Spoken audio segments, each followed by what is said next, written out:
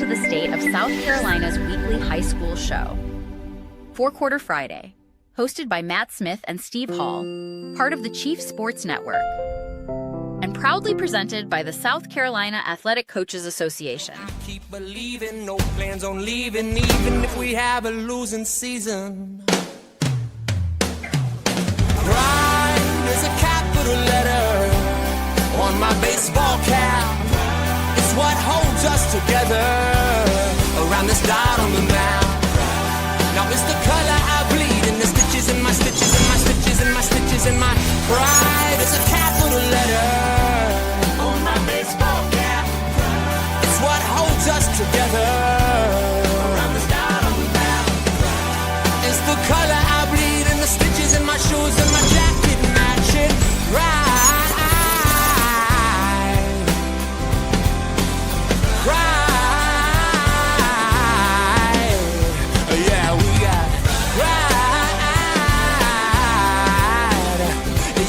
Got pride.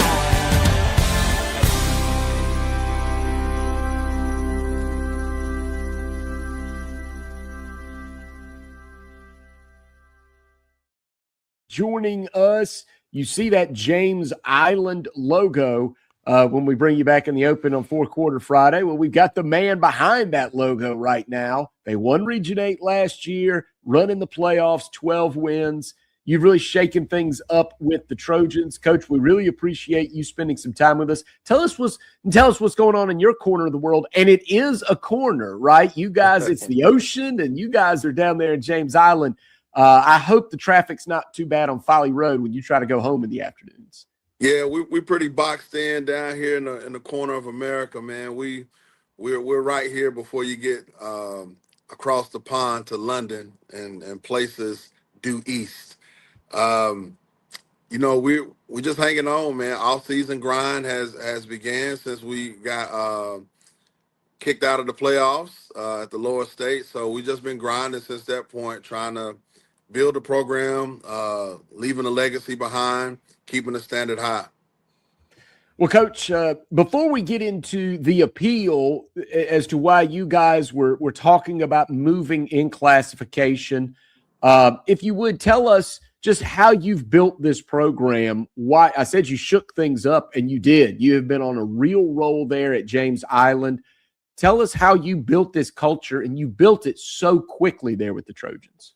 Yeah, man, this place, my good buddy and poet sung a song that said, will's the brick that the builder refused. So this program was the brick that the builder refused. They left this program for dead, and we came in and we resurrected this place, and it's been a football revival, if you will, going on here at James Island. Kids have bought in, the community has bought in, and we just building this place brick by brick, day at a time, man, stacking days, just trying to get better as the seasons change, and keeping the standard high. Like, we live and die by a standard. Our standard is our standard. We won't deviate from it. This is what we expect. You can either get with us or get lost, and we stand on that. And the kids believe in it. The kids are coaching themselves now. We don't even have to repeat some of these things. The kids will tell you, like, if you're not going to work out like this, we don't need you here. You can go find somewhere else to play. So we keep the standard high, and we grind daily. Coach McKoy, me and you go way back now, ever since you got to James Island. But for those of the South Carolinians that don't know much about you, tell them a little bit about your background. I think you hail from North Carolina. But when you came to South Carolina and James Island was open, and you were applying for the job, what drew you to James Island specifically? For those that don't know, I'm Jamar McKoy. I hail from Gastonia, North Carolina, the big city out there beside Charlotte. I took the job here in 2020 at the start of the COVID. And what drew me to this place, originally, just being transparent, I applied at West Ashley, and they wound up hiring Donnie Kiefer, and Coach Phipps said, McKoy, I'm going to bring in my good friend Donnie Kiefer, but if you're serious about moving to Charleston, there's a job down the road, not too far from here, that's opening. The AD is my good friend. He was referring to Jeremy Holland, who's my current AD and boss here at James Island. So he linked us together and had a conversation with Coach Holland. I wasn't um, too keen after the first conversation with Coach Holland because he kind of made it seem that they already were finishing up the interview process and they already kind of had a guy in mind. And he said, "Well, if you want to interview, you can come down." So I was like, "Yeah, sure, let's do it." So I came down, I interviewed, and I mean, immediately that sparks flew between myself and the administration here, and they took me on a tour around the school, told me to come back in a couple weeks for a second interview, which I lined up, and I was offered a job doing my second interview. And just from there, it's been history. I graduated from North Carolina Central University in 2006 with a degree in political science. And I didn't plan ever to be a coach or be in the educational field. I wanted to be the president of the United States. I wanted to go into politics. I wanted to change the world. You have these big grand ideas when you're younger to do different things. And I stuck my toe in the political world and the political scene. And I didn't like it. And I did an about face and got into education and coaching, and here I am, enjoying life, coaching a great ball club, leading a great program.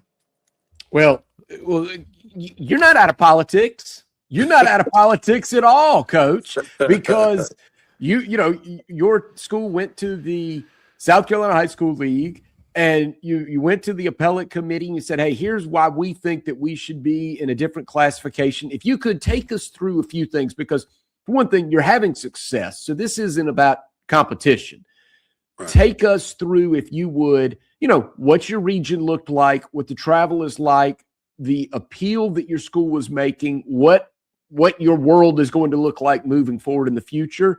And then, hey, if you like, carte blanche to you, you can take us through your ideas about how the high school league might make things better for everybody in the future.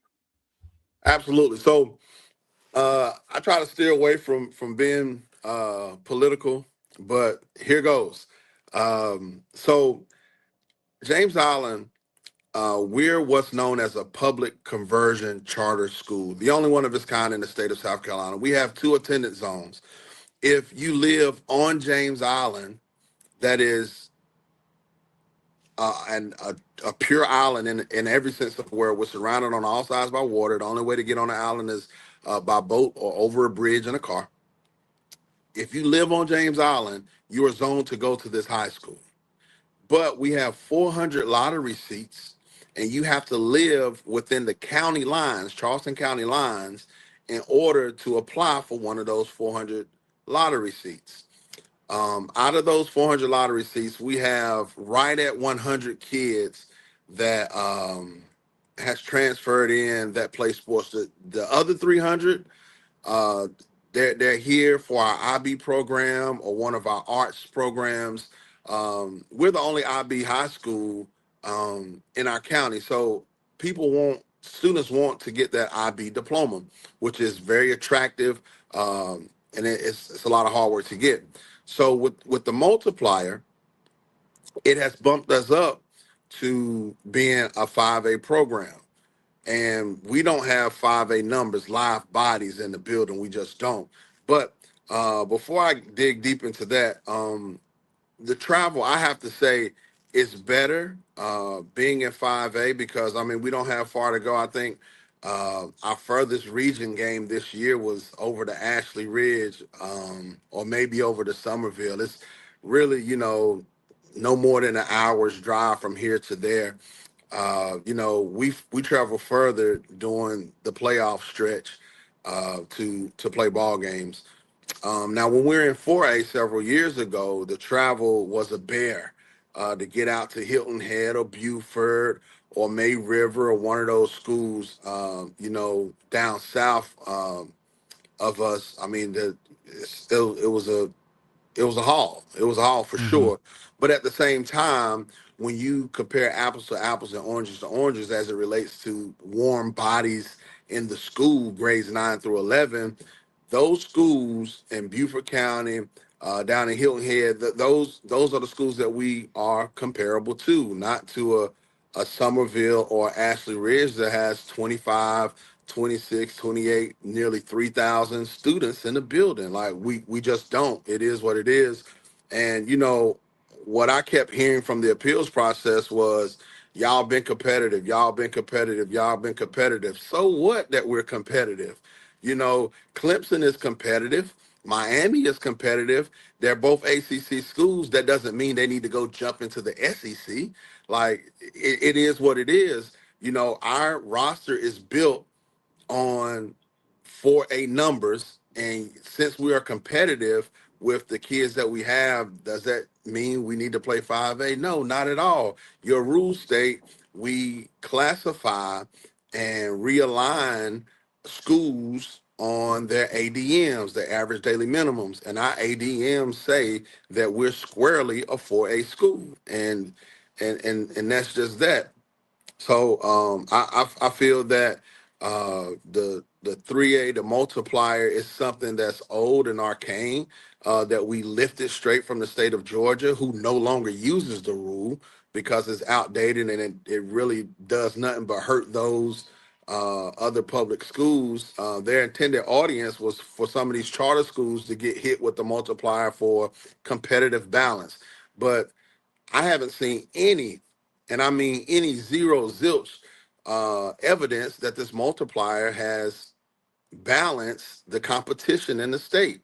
I'll be wide open to read the findings of the executive committee from the South Carolina High School League, and as of yet, nothing has been sent out to us. Coach, the multiplier. You mentioned that Georgia's already kind of gotten rid of it. Right. And it's hard to argue against some of those points that you just made. So my question is, when it comes down to the multiplier, is there not a way to do it just based on the athletes that are out of district? What does that look like from a logistics and paperwork standpoint? Because like maybe the committee or the high school league might argue that, well, you don't know sometimes whether out of district student is going to play a sport or not. They could potentially play a sport in their sophomore year rather than their freshman year, if they're there for multiple years. So how can you change that multiplier rule for competitive balance for some of the charter schools that have them coming in from all over big geographic areas to apply more fairly for a school like your school? So to be honest, let me preface my statement with this. There's no perfect Mm-hmm. process, no perfect procedures.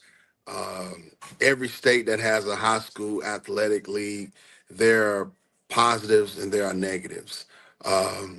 So I just wanted to preface my statement with that. With kids that transfer in that do not declare that they're playing a sport, once they transfer in, um, I feel as though once they do begin to play a sport, there should be the onus put back on the school, on that athletic director, to fill out paperwork and say, hey, this kid decided to play a sport, and here, multiplying by 3, in the next year's count. And I think that should work for even kids that decide to start playing a sport their senior year, even though we don't count seniors in our ADMs, we only count grades 9 through 11. If they decide to play their senior year and they're out of district kid, I say multiply them by 3, and they're still going to be added to that 9 through 11 count. Is that the correct way? Is that the proper steps to do? In my mind, yes. In somebody else's mind, maybe no. But if we're wanting to stick with this multiplier rule, I think that the multiplier should only affect athletes. Why are we penalizing the rest of the athletic teams for kids that transfer into a school for an academic program? I just don't get it. I truly don't. And no one, again, can explain it to me. Why am I multiplying Joe Blow who came to James Island to study in the IB program and play the cello, who would never pick up a football or put on a basketball uniform. Why are we multiplying this child by 3? And my rationale is we're multiplying him by 3 to punish the athletics, to move them up, because somehow there's some cheating going on since this kid want to go to your school and be in the IB program. So I think that at the heart of this competitive balance rule is punitive, and it needs to change. Well, this is absolutely fascinating. Coach, one of the things we've kind of explored or danced around, because as you said, there may not be a perfect system, because what may help, say, the schools in Charleston get things the right way may not be the right answer for teams in the upstate based on how many schools from different sizes are there. So I think we all are going to have to dig into this. But one of the things that I brought up a couple of times is mixed regions, meaning you just talked about the travel. What if James Island you stayed in the same region, but then when playoffs came around, then that's when we utilized that multiplier, and then you were playing 4A teams in the playoffs. Can you kind of explain how that would work and if that's a potential solution? So let me say this. I came from North Carolina, and we were in mixed conferences. We called it conferences in North Carolina. Down here, we call it regions. Mixed regions, there's absolutely nothing wrong with it. And I'm going to tell you why. Because if somebody says you can't let 4A teams play 5A teams, I would challenge that person to go look at the ADM numbers and look where the bottom 5A teams and the top 4A teams, look at their numbers, and then you tell me why the top 5 4A teams are larger than the bottom 5 5A teams. So you essentially already got 4A and 5A teams in mixed regions without just saying that this team is 5A and this team is 4A. But if you do mixed regions, if you have a mixed region in the Charleston area with a 5A and a 4A split, when it comes down time for playoffs, you can send, say, a James Island to play a 4A playoff schedule and a Somerville to play a 5A playoff schedule. It doesn't hurt anything if we're talking geographics, because I kept hearing that during the appellate process. Geographics. Again, the split, I think, is the best answer to that problem. Like, since we don't want teams to have to travel, like now you got Soccer City and Carolina Forest having to come over to the Charleston area several times a week to play games, which is going to be a burden for them the next 2 years. They could have had a split region, a Horry County, Florence split region, and come playoff times, you just get on the road and go. I mean, I've been here 6 years. I've traveled 2 hours to North Myrtle Beach to get my butt whooped. I traveled 2.5 hours to South Florence to watch Lenore Sellers, a future Heisman winner and candidate, absolutely put belt to bottom when we went up to South Florence. I've traveled to Sumter twice already. So, I mean, travel is nothing when it comes playoff time. So, but it is an issue when you're having to go travel 2.5, 3 hours a night on a Tuesday for a JV basketball game. So I think a split region would be the perfect solution to the geographic problem that we're having now. Well, and honestly, Coach, I don't see how you can argue against a format like that, because that's what 5A has been for the last 2 years, right? Absolutely. Have 5A Division 1s and 5A Division 2s in the same region. So I think that process has been vetted out as a viable solution. Coach, I got one more question before we let you go. We know you got to get to lunch, your lunch break here soon, but the transfer portal, that's a new thing to high school football. Me and you had a short amount of time to talk about that earlier in the week, and I love some of your take on it, specifically around how it impacts a student who actually makes a bona fide move, Right. and does not get the 3-game or 22-game window placed on them. I mean, I just, that doesn't make sense to me why that was thrown out as a consideration, because like a bona fide move, there prevents cheating, right? Right. Absolutely. And so again, I'm not as well versed on the transfer policy, and I've been here 6 years. I know, but I've read it, and my understanding is, and has always been, if a kid makes a bona fide move, it's not a transfer. The kid is literally moving into your district. But nonetheless, the state is now saying that even with a bona fide move and some other things, the kids have to sit 22 days or 3 games, whichever one comes first. And that's only placed on seniors. So what blows my mind is we have a one-time transfer rule, but seniors, you can't do it. No. Bad on you for wanting to transfer your senior year and using this one-time transfer rule. We're going to punish you. I don't get some of the rules and some of the rationales behind it.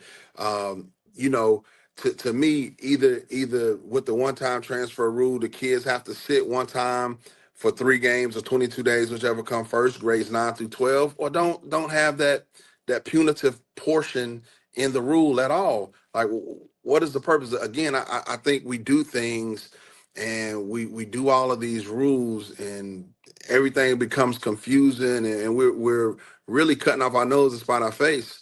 So I don't get some of these things and the rationale behind them.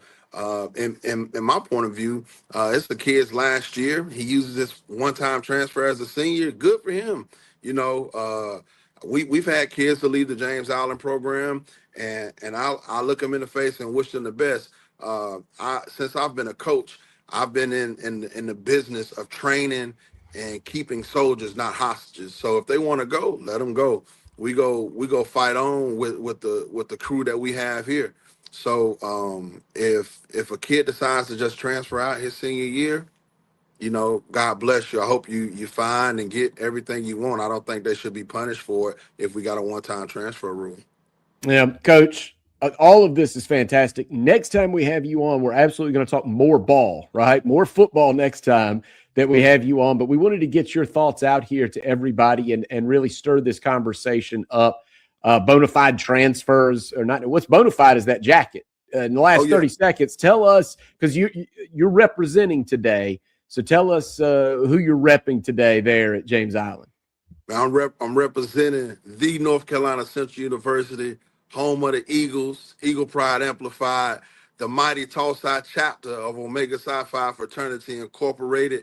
This is my 20-year anniversary jacket for spring 2004 line, the 8 tenets of the House of Pain.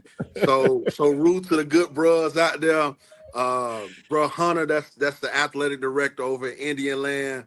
Bobby Collins, the head coach up at South Point. So just to name a few of so many more. Y'all, I love you. Charge to my head, not my heart.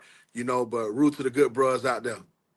All right, Coach, don't get out early, beat the James Island Folly Road traffic this afternoon. You get back to your educational duties, and we'll check in with you this summer before football season. I appreciate it. Look forward to talking to you again. Thank you, Coach. Appreciate you, Coach.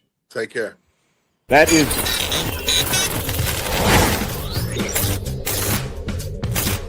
Palm Casual Outdoor Patio Furniture proudly supports high school athletics across South Carolina. If it's time to make your outdoor space the best it can be, with lifetime warranties and guarantees, visit one of our Palm Casual stores in Myrtle Beach, Bluffton, Somerville, or Mount Pleasant. PalmCasual.com. PalmCasual.com. Turn on the lights. It's Friday night.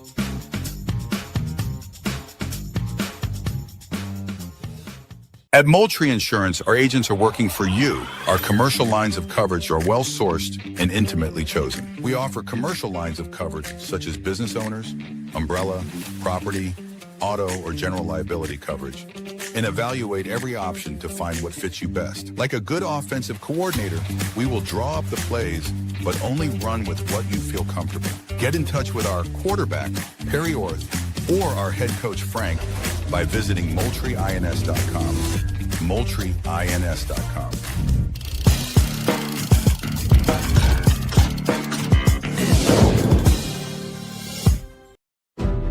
From the Low Country to the Upstate, from the Midlands to the PD, we've got you covered. This is our state. South Carolina matters to us, all of South Carolina. We love talking ball, and we love talking ball with you. Thank you for tuning into the 4-Quarter Friday High School Show, every Friday at 9 a.m. on the Chief Sports Network. Proudly presented by the South Carolina Athletic Coaches Association.